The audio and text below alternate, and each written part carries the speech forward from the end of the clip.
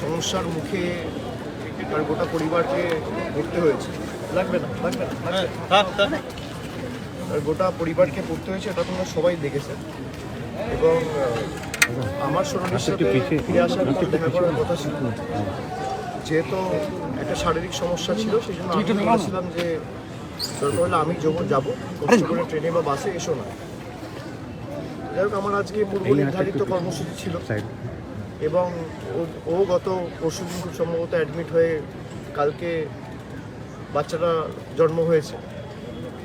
এবং যে সমস্ত কথা আমি সোনালির মুখে শুনলাম, যেভাবে ওদেরকে হ্যারাস করা হয়েছে, প্রথমত দিল্লি পুলিশের তো আপনারা শুনেছেন, তারপর জোর জবরদস্তি বিএসএফকে দিয়ে বাংলাদেশে পুশব্যাক করা এবং একটা অন্তঃসত্ত্বা মহিলা তাকে লাঠি দিয়ে বেধড়ক মারা, তাকে যেভাবে টর্চার করেছে, ফিজিক্যালি করেছে, মানসিক, আর ফিজিক্যালি তো শুধু নয়, এটা শারীরিক অত্যাচার নয়, এটা মানসিক অত্যাচার।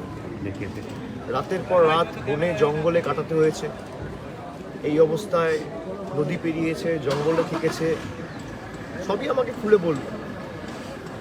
এবং পরবর্তীকালে যারা ঢাকায় গিয়ে পৌঁছেছিল, সেখানে আবার বাংলাদেশ পুলিশ অ্যারেস্ট করেছিল, বাংলাদেশের জেলে তারা মাসের পর মাস কাটিয়েছে।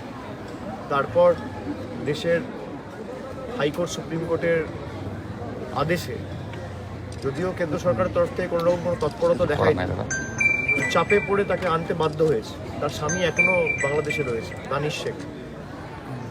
যেভাবে যে কষ্টের মধ্যে দিয়ে গত 7-8 মাস সে কাটিয়েছে, আমি মনে করি এটা প্রথমত এটা চিন্তা করাই খুব কষ্টের।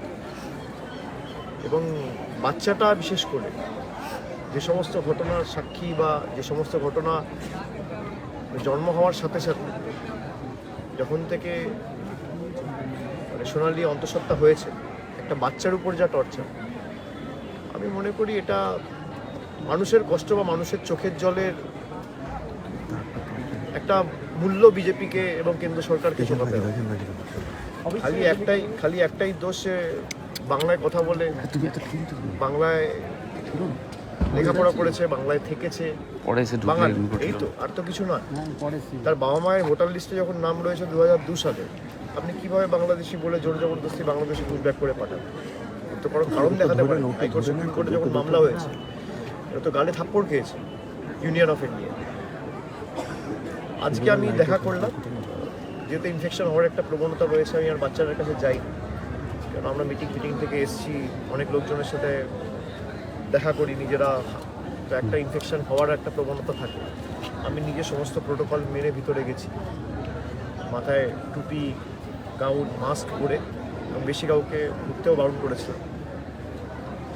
সোনালি এবং ওর মা আমাকে অনুরোধ করেছে যে বাচ্চাটার নাম রাখার জন্য। আমি প্রথমে ওদেরকেই অনুরোধ করলাম যে আপনারা যে প্রতিকূলতা সমস্যার মধ্যে দিয়ে গেছেন, আপনাদেরই উচিত বাচ্চাটার নাম রাখা। এবং তারপরেও তারা আমাকে রিকোয়েস্ট করে, আমি বাচ্চাটার নাম রেখেছি আপন। তার কারণ যেভাবে পর করে বাংলাদেশে ঠেলে দিয়েছে, এটা সকলেই আমাদের আপন, তাই বাচ্চাটার নাম রাখা হয়েছে আপন। এবং আমি আবার কয়েক মাসের মধ্যে তাদের বাড়িতে গিয়ে নিজে আরেকবার দেখা করে আসবো।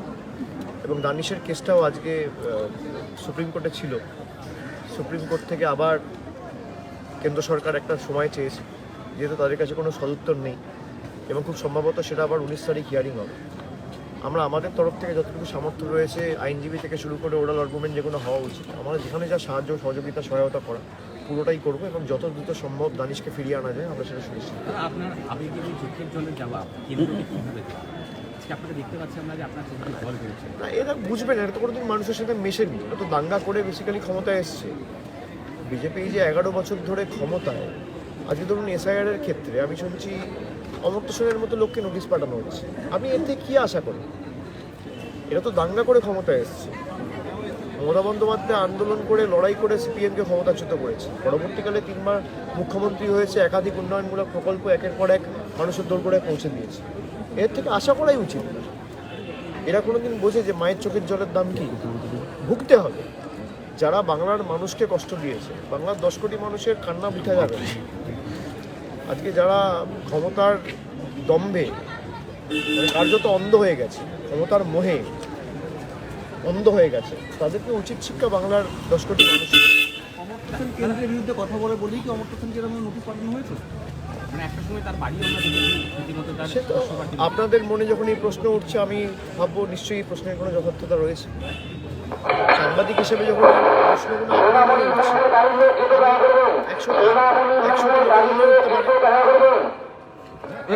100 হাসপাতাল চত্বর তো গাড়ি ঘোড়া দিতে হবে। দাদা, শুভেন্দু অধিকারী বারবার বীরভূম আসছে, বীরভূম নিয়ে কি বলবেন? গণতান্ত্রিক দেশ, যে যেখানে ইচ্ছা যেতে পারে, তাতে অসুবিধা কী আছে? খালি ভোটের সময় না, সারা বছর আসুন। আমাদের প্রতিনিধিরা তো সারা বছর থাকে, খালি ভোটের সময় না। SIR এর সময় যেভাবে মানুষকে হয়রানির শিকার হতে হয়েছে, মানুষ দেখেছে বিজেপি কোথাও মানুষের পাশে দাঁড়ায়, মানুষের কাছে সাহায্যের হাত বাড়ায়। তো যারা মানুষকে কাঁদিয়েছে, আগামী দিনে মানুষ তাদের ফিরবে।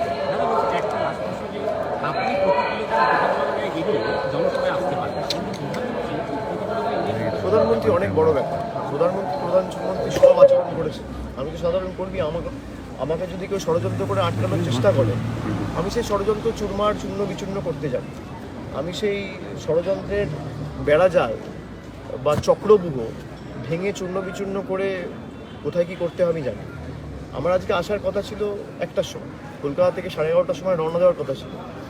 আমি অপেক্ষা করি 12টা অবধি। তারপরে আমি বুঝে গেছি, যখন দেখলাম যে এদের চাল ঠিক না, তখনই আমি বুঝে গেছি। তখন আমি ঝাড়খণ্ডের মুখ্যমন্ত্রী দপ্তরে যোগাযোগ করে তাদের সাথে কথা বলে আমি ধন্যবাদ দিই। তারা ইমিডিয়েটলি তাদের হেলিকপ্টারটা ওখান থেকে ডিলিং করে পাঠিয়ে আমাদের সঙ্গে সঙ্গে কলকাতায় পাঠিয়েছে, যাতে আমি আসতে পারি।